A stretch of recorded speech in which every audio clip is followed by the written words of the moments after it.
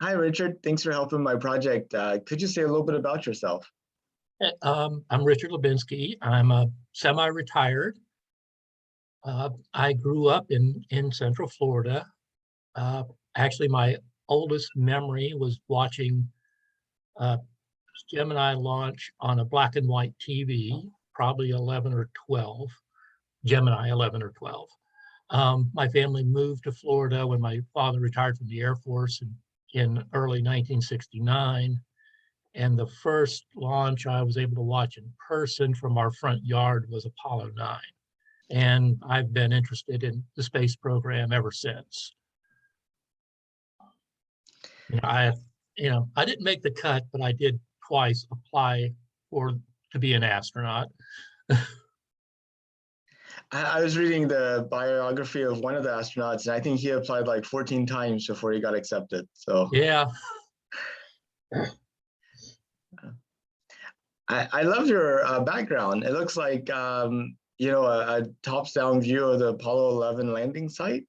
that's what it is. I'm also a scale model builder, and that's my build for Apollo 11. Wow, that's amazing. So did you build it all from scratch? No, I did a lot of modifications, but this is the old classic monogram first lunar landing kit that was issued in 1970, which came with the base with all the footprints and stuff. I went in and I updated and corrected a lot of the details on the lunar module. Although it's still considered the best plastic kit out there, it did have a few things that were off because you know, and I went in and corrected those. That's awesome. So you said that the first launch you saw was Apollo 9 from your from your house in person live. Um, how old were you, and what did Five.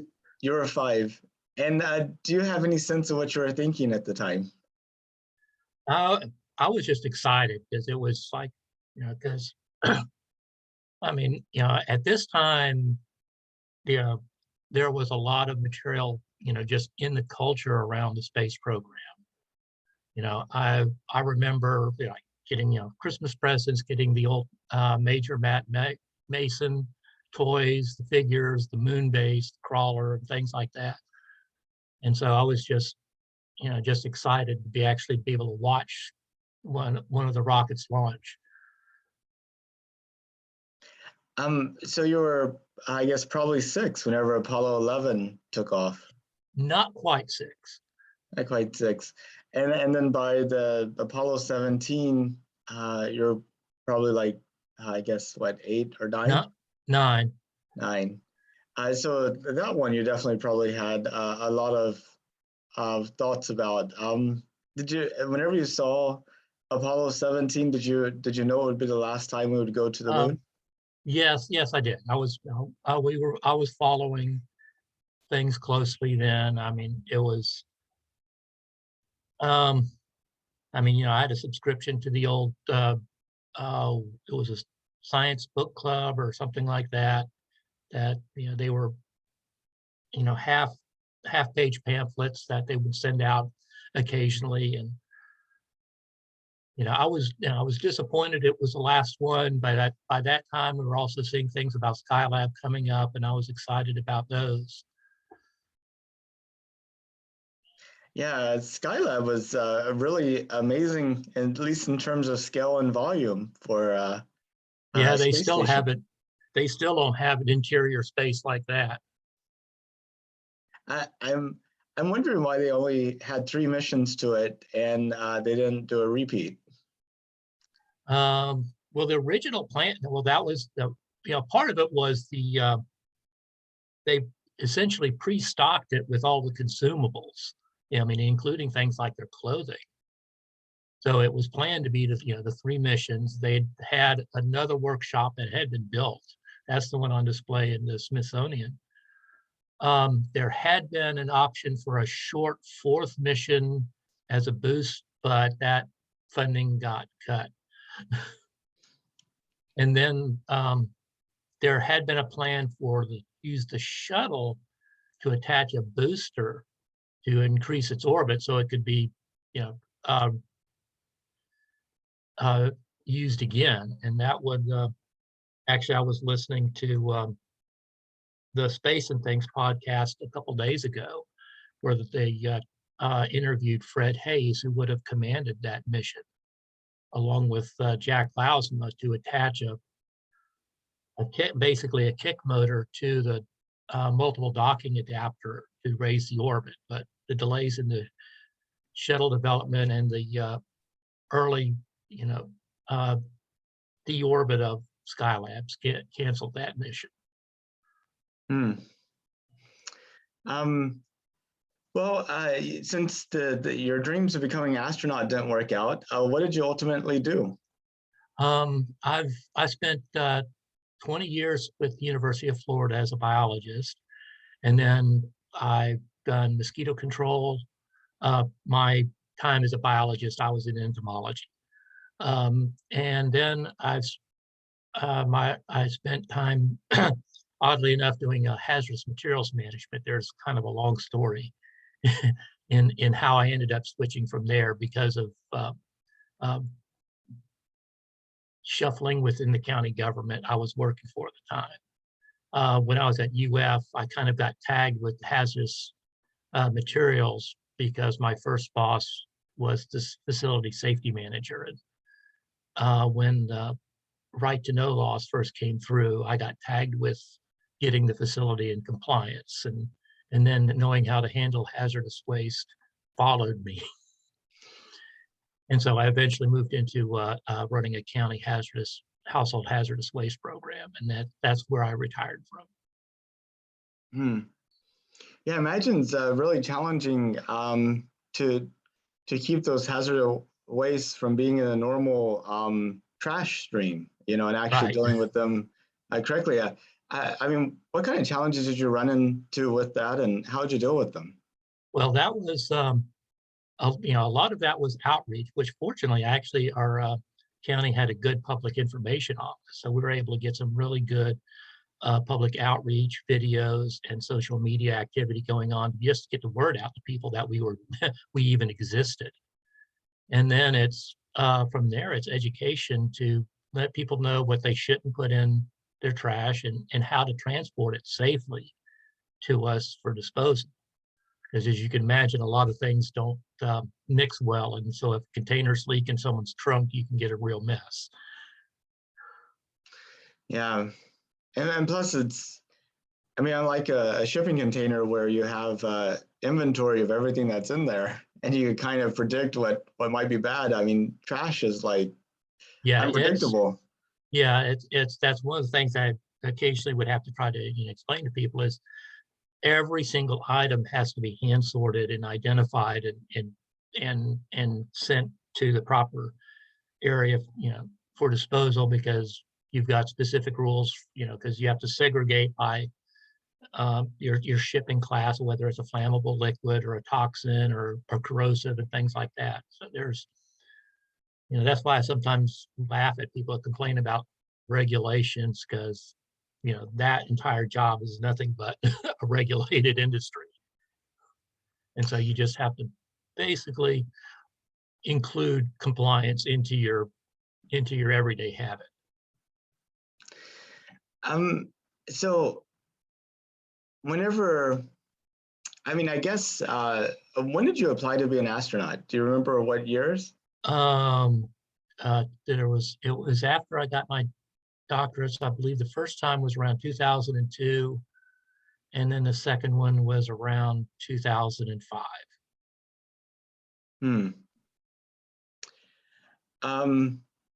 So I guess during the 80s and 90s, how did you maintain your interest around the space program?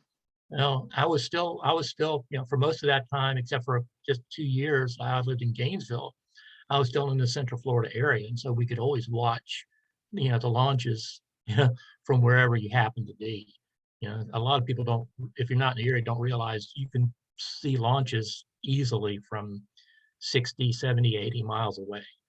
You can see the trails going up. And, I've had, you know, during that time, during the 80s and the first half of the 90s, the Kennedy Space Center visitor complex was actually a free admission. I mean, that was kind of a cheap day trip for us to go do something. And then you just you paid a la carte to go on tours or the movies or something like that, but the general admission was free. And then it transitioned over to being, that was when it was, and then it transitioned to Delaware North, where you have the general admission and then some additional fees. But I will say this, that, looking back over some of the old photos, the transition, did definitely improve the facilities. You can, in some of the old photos, you can see bare patches in the grass around some of the exhibits in the rocket garden. And now, it's much better maintained. So I'm gonna give Delaware North credit for, they really up the facility and what you see there. And ever since they've been offering them, my wife and I have had annual passes. So we just go, when we get a chance, we can go there, and I've followed their events. So like when they have specific astronauts doing presentations, I'll go down there, or we've been down there for numerous launches and things like that. Oh, in the past few years, are there any particular launches that you saw that really stood out? Actually, probably one of the neatest ones is I got onto the ULA did one of a launch social for UHF-5, which was real fun. We got to go inside a lot of their facilities, and it was a just pre-dawn launch of an Atlas 5. And so, I mean, once it climbed to altitude and the sun was behind the horizon, but the light was shining up so that it caught the contrails, and it was absolutely amazing watching the way, as it gained altitude at the lower pressure, how the contrail was spreading out. I mean, like a jellyfish in the sky. It was just amazing to watch. And was that just after sunset? It was just before sunrise. Just before sunrise. Because Yeah. I saw the Inspiration 4 mission. This is my only flight to actually see in person, launch to see in person. And it was right after sunset. And we saw the same type of atmospheric phenomenon. It's really beautiful. Mm-hmm. Yeah, you're just getting illuminated from different directions. So yeah, those are always fun to watch. Plus, it's all dark, so you really get to see the launch is even more spectacular. It's so much brighter. Right. Yeah, it's like, the photo I took of right after ignition is pretty much, it's just the glare just kind of overwhelmed everything in the camera because it was kind of already set for it being in dark, and then the illumination just overloaded everything. So talking about going back to the moon with the Artemis program, do you remember how and when you found out that we were planning to actually go back to the moon? Well, they'd been talking about that back when it was Constellation. And then, then they canceled that and started Artemis back up. And, and then they were talking about some of the early concepts for landers, and then NASA decided to go out for bids, for the bid process that it ultimately selected SpaceX, which was, kind of an interesting choice, in which they decided to go with a much larger, and with cargo capacity lander than the other entries. So that was, and a lot of people joked it's going to look like something out of a 50s movie of a tail sitter, of a large tail sitter landing on the moon. So I think that would be fun to watch and see after they land. It is going to be kind of funny to have this huge vehicle in Earth orbit being refueled, traveling to lunar orbit, docking with a little bitty capsule, and then landing on the moon. I just wonder how long it's going to be before people are like, shouldn't we just put the people in the craft when it's in orbit? Yeah, it's kind of an interesting mix. You know, it's, you know, they're trying to get two programs, you know, basically that were really, when you look back at it, the SLS and Starship, really the design phase of them both started around the same time of 2011, 2012. So they're, you know, so when, you know, the plans were being laid, originally developed for, you know, returning to the moon with SLS and before they were calling it Artemis, you know, you know, Starship was not even really in consideration. You know, SpaceX at that time hadn't even flown the Falcon 9 yet. But, you know, so that, you know, so SLS and, you know, and Artemis continued, and then SpaceX continued developing their technology, and then now they're kind of trying to merge the two together. But Starship's definitely been a lot more flexible and fluid than you've seen with other spacecraft. Yeah, and that's one of those. It's, you know, with my model collection, I have not tried to do a Starship and Super Heavy yet, because that's one of those where every test iteration is different.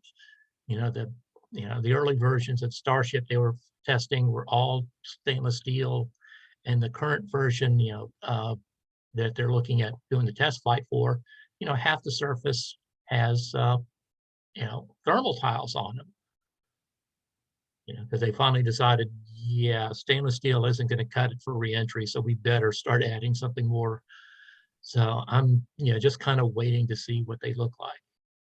In some ways, I look at Super Heavy with the banding pattern of the stainless steel, and it just reminds me of an old Mercury Atlas, which was also a stainless steel, and you could see the panel lines between each band. So it's kind of like going back, you know, 60 years to what things look like when we first went into orbit. It's interesting, and you know, of course, Starship, you know, before it was called BFR, and you know, they were talking about making out carbon fiber. Yeah. You know, and I mean, one thing is SpaceX looks very focused on the end result, and they're willing to make whatever change it takes for them to get there. Yeah, they're definitely a company that does not fall for sunk cost. I mean, they're definitely brutal on saying this isn't working, we're going to cut it off. You know, and not try to hang on to it, say, well, we've already invested so much. They're like, no, it ain't working. We'll move on.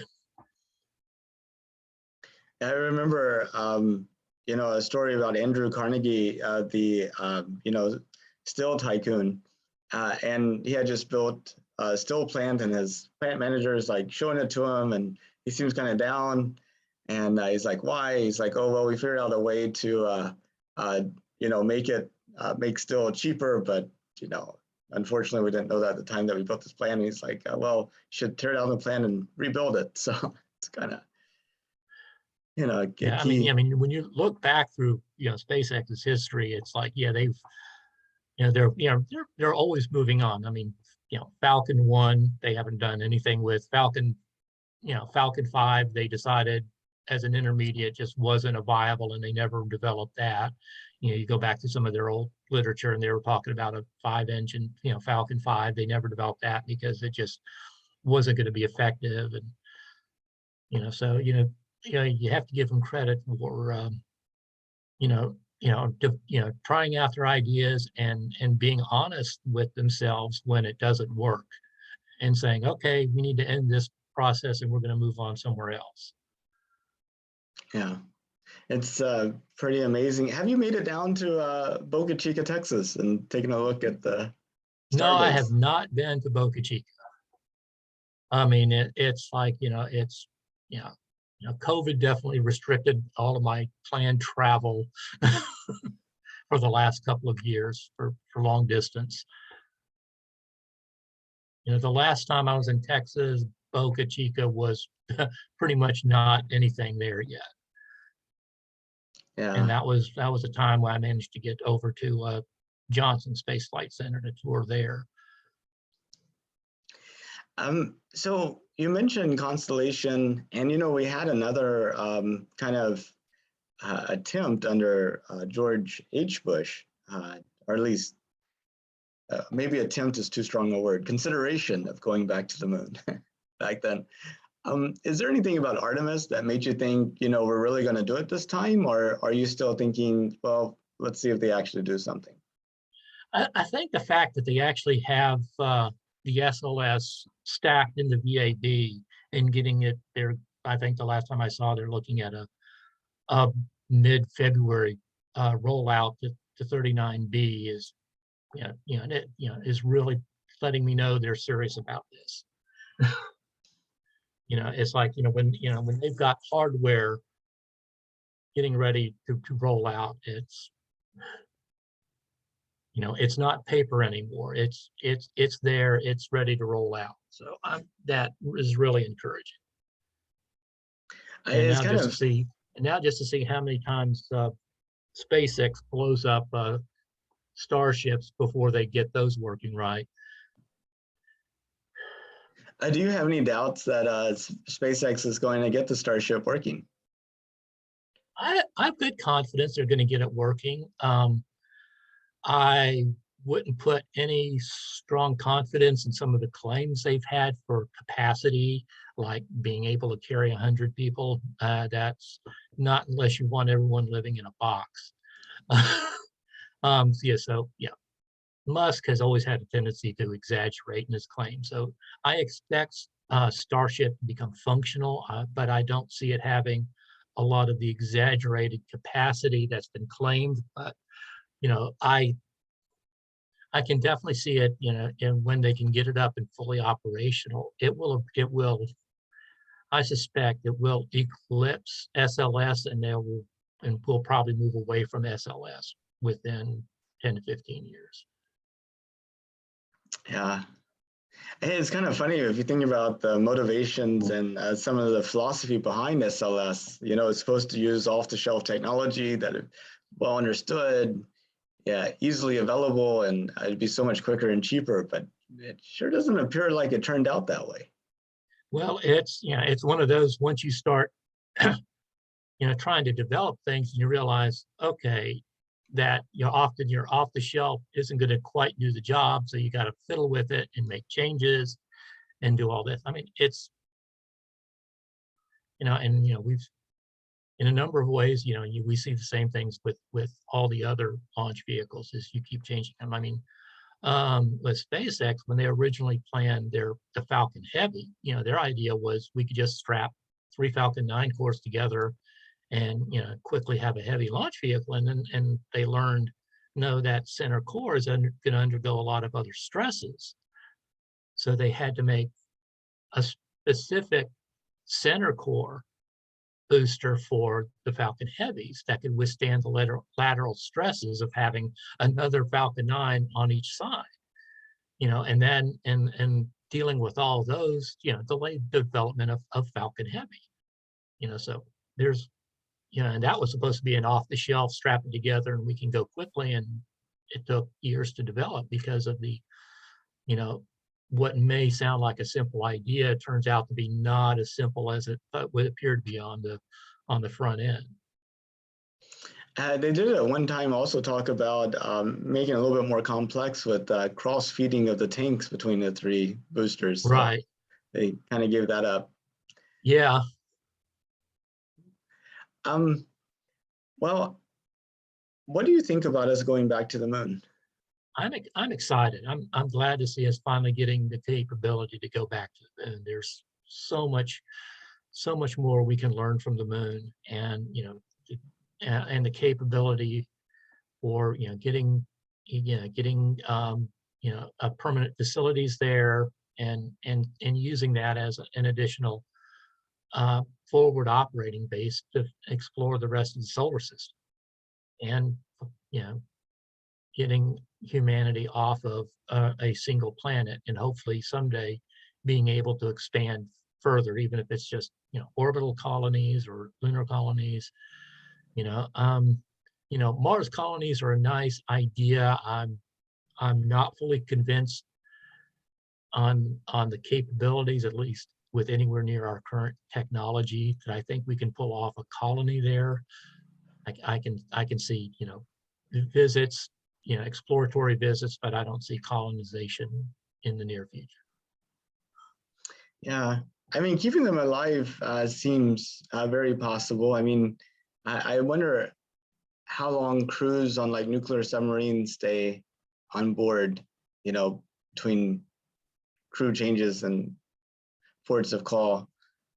Yeah, I remember seeing they're in there they can be in there for a couple of months submerged and not even see the sunlight.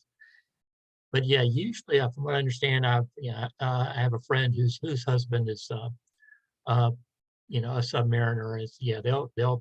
Their cruises will last usually like 4 to 8 months. Okay, so not years at a time like you would need for a Mars mission. Right. I imagine at the end of those 4 to 5 months, they're really anxious to get out. Yeah, and they've made jokes about it's pretty much by that time everything on the ship smells the same and it's not good. It's Oh no. because they're underwater. They're primarily they're washing their clothes in salt water. Their freshwater supply from the desalination plant is restricted for potable water, so they're doing all their washing in salt water. And then of course it's cramped spaces. You're getting this sweat, lubricants and stuff like that. It's kind of like some of the astronauts described. The ISS definitely has a funky odor after 20 years of people in there, and let's face it, they can't just open the windows and air the place out. Yeah, I mean, yeah, it's so funny when you look at spacesuits as being so high tech, but I don't think people realize quite how dirty and I mean, this is something that every breath you take is literally in that suit, whenever you're going to do an EVA or a moonwalk or Mars walk. Right. And plus the fact that, let's face it, whenever they're in those pressure suits, they're all wearing diapers. Mm-hmm. Exactly. Yeah. People probably thought it was odd about that astronaut that made that trip from Houston to Florida without stopping wearing diapers, but that's just an occupational norm, really. Yeah, it's like because it's pretty much every time you've got astronauts sitting on the pad waiting for launch. It's hours after they've suited up, so they're all wearing diapers. Absolutely. So yeah, and yeah, you might be able to hold it while you're sitting on a launch pad, but once they take off. Once you're hitting 3 Gs, I imagine it's a lot harder to hold it. Exactly. At that point, you probably don't care anyway. So, well, not everybody is excited about us going back to the moon. You have like the trade-off costs that people like to say. Why are we going to the moon when we have all these problems here on Earth?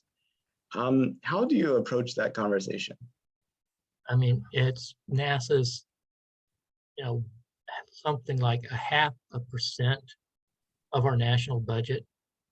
It's comparatively, we're actually spending a small amount of our national budget on space. I mean, if you're really concerned about a lot of the other, our very real social issues. Hold on, I've got a cat on the side just trying to push things around. We've got there are many other places we could get money for these social issues. Even though I'm from a military family, we're spending just an incredible amount of money on the military. I mean, we could move. I mean, you move 5% of that, and it's over to social issues, and that's far more than we spend on NASA total. So it's not an issue of NASA taking money away from social programs. It's just a matter of we have not shown the will to arrange our budget priorities to support those social programs. Talking about the military reminded me of something else I wanted to ask you about. So China has been talking about going to the moon in the mid 30s, and just a few weeks ago, they said they want to make that, you know, 2027, which is kind of interesting because, you know, as Artemis slips from 2024 to 2025, and you know, the OIG says they think even 2024 is 2025 is unrealistic, and it'll probably be, you know, 6, 7, or 8. That kind of opens up the possibility of them actually getting to the moon before us. That's possible, and I think it's great that the Chinese Space Agency's been doing a lot of interesting work. They've got their station operational. They haven't been running anywhere near the number of crews to it, but they're doing a lot of their Chang'e Explorer on the South Pole, and the way they set up its communication system with a satellite at the it's one of the Lagrange points. It's the one on the far side of it. I forgot which Lagrange point that is. But they set up a satellite there so that they've got constant communication with Earth, or no, well, that was also for the lander they put on the far side. So that's, they're doing some great stuff, and more power to them if they can make it there too. Some people say, China really doesn't make any difference between its civilian space program and its military space program, since it's really a kind of a military, I guess, part of the military. How important of a concern is that? Well, let's face it. I mean, our early space program was very, very heavily involved with the military. A lot of the design decisions for the space shuttle came about because of military considerations, using it for military payloads. And part of its configuration was they wanted the cross-range landing capability, because one of the ideas was to be able to launch from Vandenberg, drop a payload over the Soviet Union, and then land after a single orbit. So, the military, as much as we like to think about all of it being civilian, the military has always been involved with space programs for the U.S., for the Soviet Union and Russia, and in China.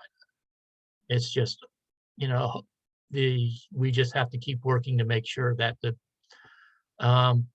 our uses of space remain peaceful. I mean, we already have anti-satellite testing, and some people. I don't know if you see this YouTube channel, but it's the Angry Astronaut. It's kind of. I've seen some of his stuff. So he talks about the 2027 moon landing of China, and one of the theories that he proposes is that they want to put a mass driver on the moon to shoot moon rocks at the Earth. Somebody's been reading Heinlein. Absolutely, yes. The moon is a harsh mistress. So, I mean, people talk about the military capabilities of the moon, and I've often been dismissive of it because, I mean, why would you put missiles on the moon? It takes so long for them to actually get to the Earth. But shooting rocks is a whole different right, idea. Yeah, that's a whole. But again, that's still going to be a massive. That's a massive amount of infrastructure. So that's definitely something you're not going to be able to do anytime quickly. Yeah, that's true. If it was safe and affordable, would you take a trip to space? Oh yes, no hesitation. How far would you go? Like a suborbital trip to orbit, to moon, immigrate to Mars? I'd take any spot I could grab. Okay. If I could get to the moon, I would. Would you consider immigrating to Mars?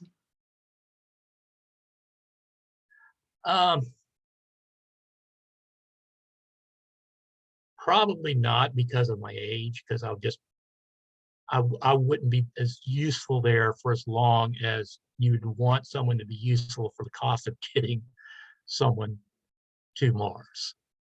I mean, because let's face it, they're going to want colonists to be young so that they're going to be there and be productive for a long time. I don't know. As I get older, I start seeing the value of it. Perspective, experience, those types of things. I think those would be very important in a colony. Yeah, they'll probably have some of the older people there in leadership positions, but yeah, I can't see myself being there as in a leadership position. I'm sure they'll have a lot of hazardous waste. You have a background. Yeah, that's for certain, especially considering the perchlorates that are in so much of the Martian soil they're going to have to deal with before they can really do much agriculture. Yeah. Well, I know we covered a lot of ground, but was there anything that you wanted to talk about, or did you have any questions for me? I guess the big thing is I just sometimes, I think this is becoming a great era in space flight because we've got so many entities that are active, and I just see it growing. And probably one of my frustrations is sometimes seeing the fans of one particular, program, bashing others for their missteps. And I'm like, everyone's been making missteps. Space flight's hard. And, that's why I'm glad to see, so many different programs going. This isn't like the days of the space shuttle or Apollo where all of our eggs were in one basket. We had one launch system we could use. And if something happened, it was shut down. We were shut down for years. Now we've got multiple, we're getting multiple launch systems so that if one is like Starliner right now is having problems, we still have Dragon. And then we're going to be getting, Orion into the mix, although it's definitely, it's designed for deep space instead of orbital. I still think Sierra Nevada is I'm still excited about Dream Chaser. They're still trying to get that crew rated. And so that would again be I think that's going to be another fascinating option for access to space.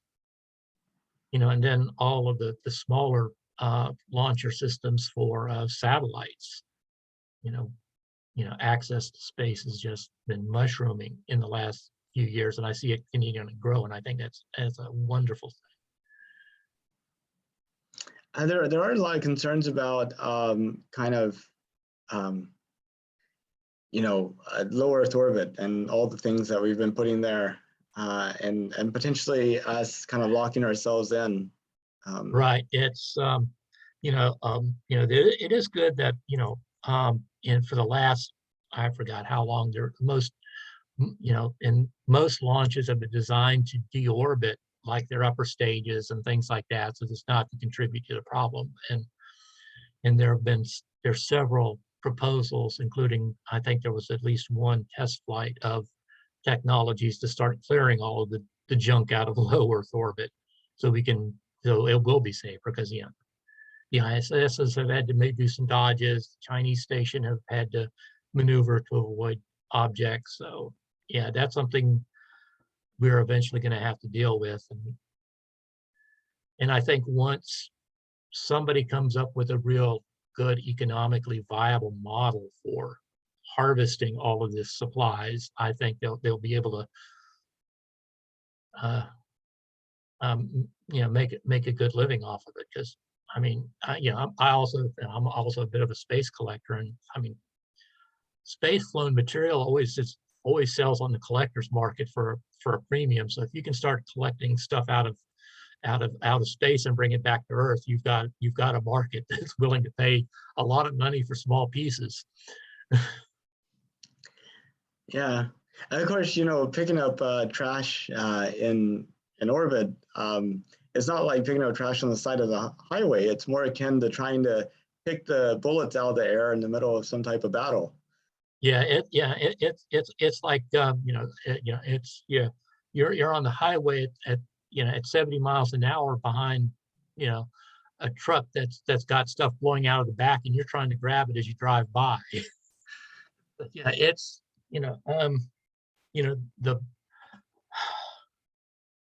the orbital mechanics people are going to have a lots of fun calculating all of the rendezvous paths to get to all of these different pieces up there. Because it's I've got one reference book on Gemini that actually shows the in kind of 3 dimensions, showing it different axes, the rendezvous paths that they did during Gemini for like approaching Eugene and stuff like that, and it is really complicated the way they were having to maneuver to make successful rendezvous in orbit. Yeah, I had to take a look at that. And it's kind of counter. It's in the Haynes manual on Gemini, and which it actually goes into a number of the orbital pathway they took, and it's really interesting. That is great. Well, Richard, I really appreciate your time. Thank you so much for helping with my project. You're welcome. I had a good time, and wish you good luck on everything. I look forward to seeing the finished product. Well, thank you very much. You have a good rest of your day. You too.